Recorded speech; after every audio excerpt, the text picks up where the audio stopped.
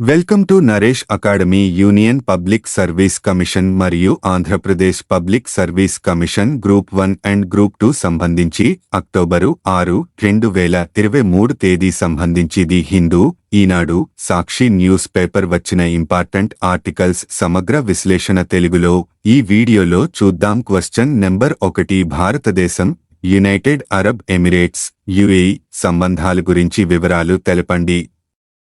పెట్టుబడులపై United Arab Emirates India high level joint task force 11వ సమావేశం అక్టోబరు 5 అబుదాబిలో జరిగింది. Abu Dhabi investment managing director his highness Sheikh Hamad bin Zayed Al Nahyan సహా అధ్యక్షత వహించారు. కేంద్ర వాణిజ్యం, పరిశ్రమలు, వినియోగదారుల వ్యవహారాలు, ఆహారం, ప్రజా పంపిణీ శాఖల మంత్రి పీయూష్ గోయల్ పాల్గొన్నారు.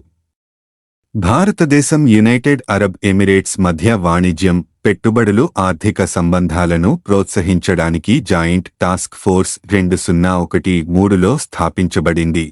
పెట్టుబడులపై భారతదేశం UAE high level joint task force 11వ సమావేశం అబుదాబిలో జరిగింది.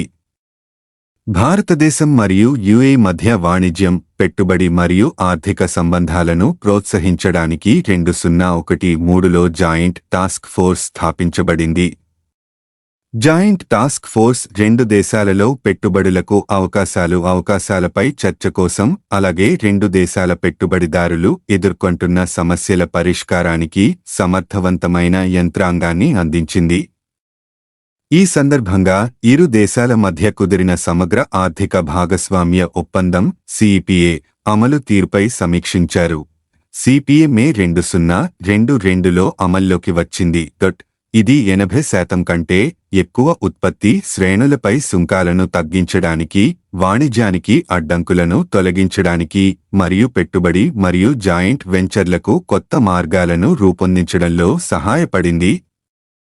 భారత్-యుఏఈ ద్వైపాక్షిక పెట్టుబడి ఒప్పందంపై చర్చల స్థితిగతులపై కూడా చర్చించారు. భారతదేశం మరియు యుఏఈ మధ్య అవగాహన ఒప్పందం కుదిరింది. పారిశ్రామిక పెట్టుబడులను సులభతరం చేయడం, సాంకేతిక పరిజ్ఞానాన్ని బదిలీ చేయడం మరియు పరిశ్రమలలో కీలకమైన సాంకేతిక పరిజ్ఞానాల విస్తరణను ప్రారంభించడంపై ఎంఓయు దృష్టి సారిస్తుంది.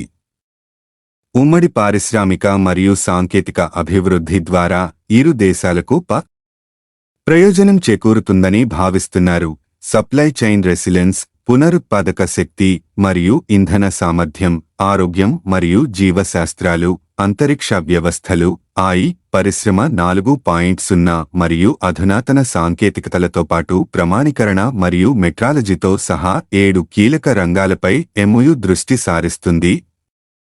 భారతదేశం మరియు యుఏఈ మధ్య రూపే దేశీయ కార్డ్ స్కీమ్ ఒప్పందం NPCI international payments limited, national payments corporation of India NPCI అనుబంధ సంస్థ, యుఏఈలో దేశీయ కార్డ్ స్కీమ్ డిసిఎస్ అమలు కోసం అల్ ఎతిహాద్ పేమెంట్స్ ఏఈపితో వ్యూహాత్మక భాగస్వామ్య ఒప్పందాన్ని కుదుర్చుకుంది.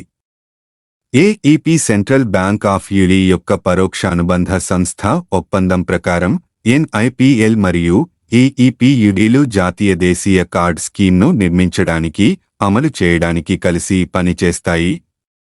యుఏఈలో ఇకామర్స్ మరియు డిజిటల్ లావాదేవీల వృద్ధిని సులభతరం చేయడం, ఆర్థిక చేరికలను బలోపేతం చేయడం, యుఏఈ యొక్క డిజిటలైజేషన్ ఎజెండాకు మద్దతు ఇవ్వడం, ప్రత్యామ్నాయ చెల్లింపు ఎంపికలను పెంచడం, చెల్లింపుల వ్యయాన్ని తగ్గించడం మరియు యుఏఈ యొక్క పోటీతత్వాన్ని మరియు ప్రపంచ స్థాయిని మెరుగుపరచడం డిసిఎస్ లక్ష్యం.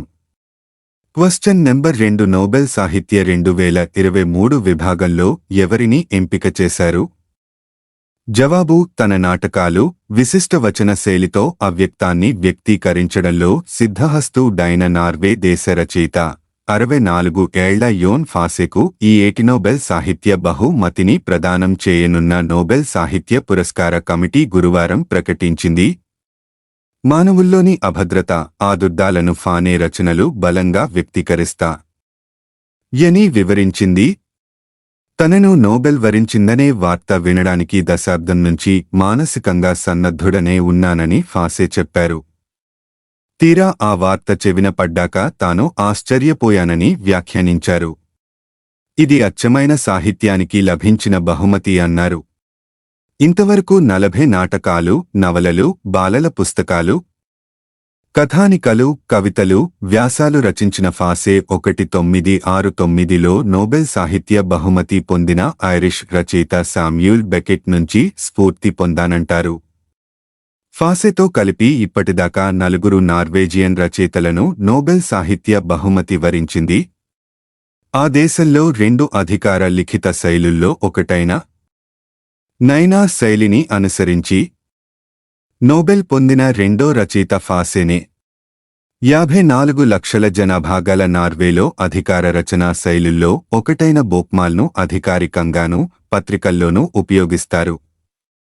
నైనార శైలిని దేశంలో 10% మంది, అది పశ్చిమ నార్వే గ్రామాల్లోనే ఉపయోగిస్తారు. ఫాసేకి లభించిన బహుమతి ఒక మైనారిటీ వర్గ భాషకు లభించిన పురస్కారమని ప్రశంసలు వినవస్తున్నాయి. ఫాసే తొలి నవల రెడ్ బ్లాక్ 1983లోనూ, తొలి నాటకం someone is going to come 1992లోనూ ప్రచురితమయ్యాయి. ఫాసే విరచిత the name, dream of autumn, I'm the wind వంటి నాటకాలు అమెరికా, ఐరోపాలలో విస్తృతంగా ప్రదర్శితమయ్యాయి. ఫాసే పదాలను చాలా క్లుప్తంగా, పొందికగా వాడతారని గై పుజే అనే బ్రిటిష్ అధ్యాపకుడు వివరించారు. ఆయన రచనల్లో సరళమైన భావ వ్యక్తీకరణలు తిరిగి దర్శనమిస్తాయి. ఈ పునరుక్తులు క్రమంగా లోతైన అర్థాన్ని సంతరించుకుని వాటి అంతరార్థమేమిటా అని చదువరిని గాఢాలోచనలోకి నెడతాయి అని వెల్లడించారు. Question number 3 State Bank of India SBI chairman Dinesh Khara పదవీకాలాన్ని ఎన్ని నెలల పాటు ప్రభుత్వం పొడిగించినట్లు తెలుస్తోంది? ఆన్సర్ 10 నెలల. State Bank of India SBI chairman Dinesh Khara పదవీకాలాన్ని మరో 10 నెలల పాటు ప్రభుత్వం పొడిగించినట్లు తెలుస్తోంది. దీంతో 2024 ఆగస్టు వరకు ఎస్బీఐ చైర్మన్ పదవిలో ఆయన కొనసాగనున్నారని ప్రభుత్వ వర్గాలు వెల్లడించాయి. ఎస్బీఐ చైర్మన్గా బారా 2020 అక్టోబరు 7న 3 ఏళ్ల పదవీకాలానికి నియమితులయ్యారు.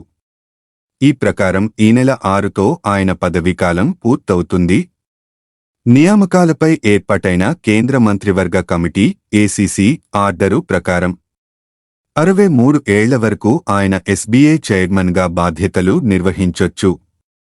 వచ్చే ఏడాదికి ఆయనకు 63 ఏళ్లు వస్తుండటంతో అప్పటివరకు ఆయన ఈ పదవిలో కొనసాగేలా ప్రభుత్వం నిర్ణయం తీసుకుందని ఆ వర్గాలు వివరించాయి.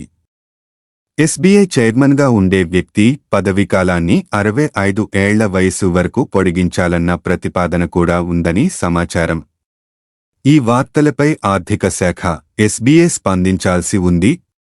మరోవైపు ఎస్బీఐ మేనేజింగ్ డైరెక్టరుగా అశ్విని కుమార్ తివారీ పదవీకాలాన్ని కూడా 2024 జూన్ 27 తర్వాత నుంచి 2 ఏళ్ల వరకు పొడిగించేందుకు కూడా ఏసీసీ ఆమోదం తెలిపినట్లు విశ్వసనీయ వర్గాలు తెలిపాయి. క్వశ్చన్ నెంబర్ 4 భారతదేశంలో డ్రోన్ నియమాలు 2023 గురించి తెలపండి. సందర్భం ప్రభుత్వం జారీ చేసిన ఏదైనా గుర్తింపు మరియు చిరునామా రుజువుతో పౌరులు ఇప్పుడు డ్రోన్ పైలట్లుగా మారవచ్చు. వివరాలు పౌర విమానయాన మంత్రిత్వ శాఖ కొత్త డ్రోన్ సవరణ రూల్స్ 2023ని నోటిఫై చేసింది. ప్రభుత్వం జారీ చేసిన గుర్తింపు మరియు చిరునామా రుజువుతో డ్రోన్ పైలట్ కావడానికి ఏ పౌరుడైనా ఇప్పుడు దరఖాస్తు చేసుకోవచ్చని పేర్కొంది. కొత్త నియమాలు సెప్టెంబర్ 27, 2023 నుండి అమలులోకి వస్తాయి. డ్రోన్ పైలట్కు పాస్పోర్ట్ లేకపోతే ప్రభుత్వం జారీ చేసిన ఏదైనా గుర్తింపు రుజువు మరియు ప్రభుత్వం జారీ చేసిన చిరునామా రుజువు అంటే ఓటర్ ఐడి, రేషన్ కార్డు లేదా డ్రైవింగ్ లైసెన్స్ ఇప్పుడు రిమోట్ పైలట్ సర్టిఫికేట్ కోసం దరఖాస్తు చేసుకోవడానికి అంగీకరించబడుతుంది. ముఖ్యంగా డ్రోన్ చిన్న మరియు మధ్యస్థ పరిమాణంలో ఉన్నప్పుడు 2 కిలోల వరకు వాణిజ్యేతర డ్రోన్ ఉపయోగం కోసం రిమోట్ పైలట్ సర్టిఫికేట్ అవసరం. కొత్త నియమాలు దేశవ్యాప్తంగా డ్రోన్ కార్యకలాపాలను మరింత సరళీకరించడం, ప్రోత్సహించడం మరియు సులభతరం చేయడం మరియు 2030 నాటికి భారతదేశాన్ని గ్లోబల్ డ్రోన్ హబ్గా మార్చడం లక్ష్యంగా పెట్టుకున్నాయి. ఔత్సాహిక డ్రోన్ పైలట్లకు ముఖ్యంగా గ్రామీణ భారతదేశం అంతటా వ్యవసాయ రంగంలో పాస్పోర్ట్ కలిగి ఉండటం ఒక అవరోధంగా మారింది. కొత్త నిబంధనలు ఈ సమస్యను పరిష్కరిస్తాయి. రిమోట్ పైలట్ లైసెన్స్ కోసం దరఖాస్తు చేసుకోవడానికి అర్హత 18 మరియు 65 సంవత్సరాల మధ్య వయస్సు గల వ్యక్తులు, గుర్తింపు పొందిన బోర్డు నుండి 10వ తరగతి లేదా దానికి సమానమైన పాసే ఉండాలి. ఏదైనా అధికృత రిమోట్ పైలట్ శిక్షణా సంస్థ నుండి directorate general of civil aviation DGCA నిర్దేశించిన శిక్షణను విజయవంతంగా పూర్తి చేసి ఉండాలి. జారీ చేసిన లైసెన్స్ 10 ఏళ్లపాటు చెల్లుబాటవుతుంది. క్వశ్చన్ నెంబర్ 5 19వ ఆసియా క్రీడలకు 12వ రోజు ఎన్ని పతకాలతో అదరగొట్టారు? ఆన్స్ 5 పతకాలు. ఆసియా క్రీడల్లో 12వ రోజు భారత క్రీడాకారులు పసిడి ప్రదర్శనతో అలరించారు. ఆర్చరీ టీం విభాగంలో 2 స్వర్ణ పతకాలు సొంతం చేసుకోగా, స్క్వాష్ మిక్స్డ్ డబుల్స్ విభాగంలో దీపిక పల్లికల్ హరీందర్ పాల్ సింగ్ జోడీ బంగారు పతకంతో అదరగొట్టింది. స్క్వాష్ పురుషుల సింగిల్స్ విభాగంలో భారత స్టార్ సౌరవ్ ఘోషాల్ రజతం నెగ్గి వరుసగా 5వ ఆసియా క్రీడల్లోనూ పతకం సంపాదించడం విశేషం. మహిళల రెజ్లింగ్లో రైజింగ్ స్టార్ అంతిమ్ పంఘాల్ కాంస్య పతకంతో రాణించింది. బ్యాడ్మింటన్ పురుషులు సింగిల్స్లో హెచ్ఎస్ ప్రణయ్, డబుల్స్లో సాత్విక్ సాయిరాజ్ చిరాగ్ శెట్టి సెమీఫైనల్లోకి ప్రవేశించి పతకాలను ఖరారు చేసుకున్నారు.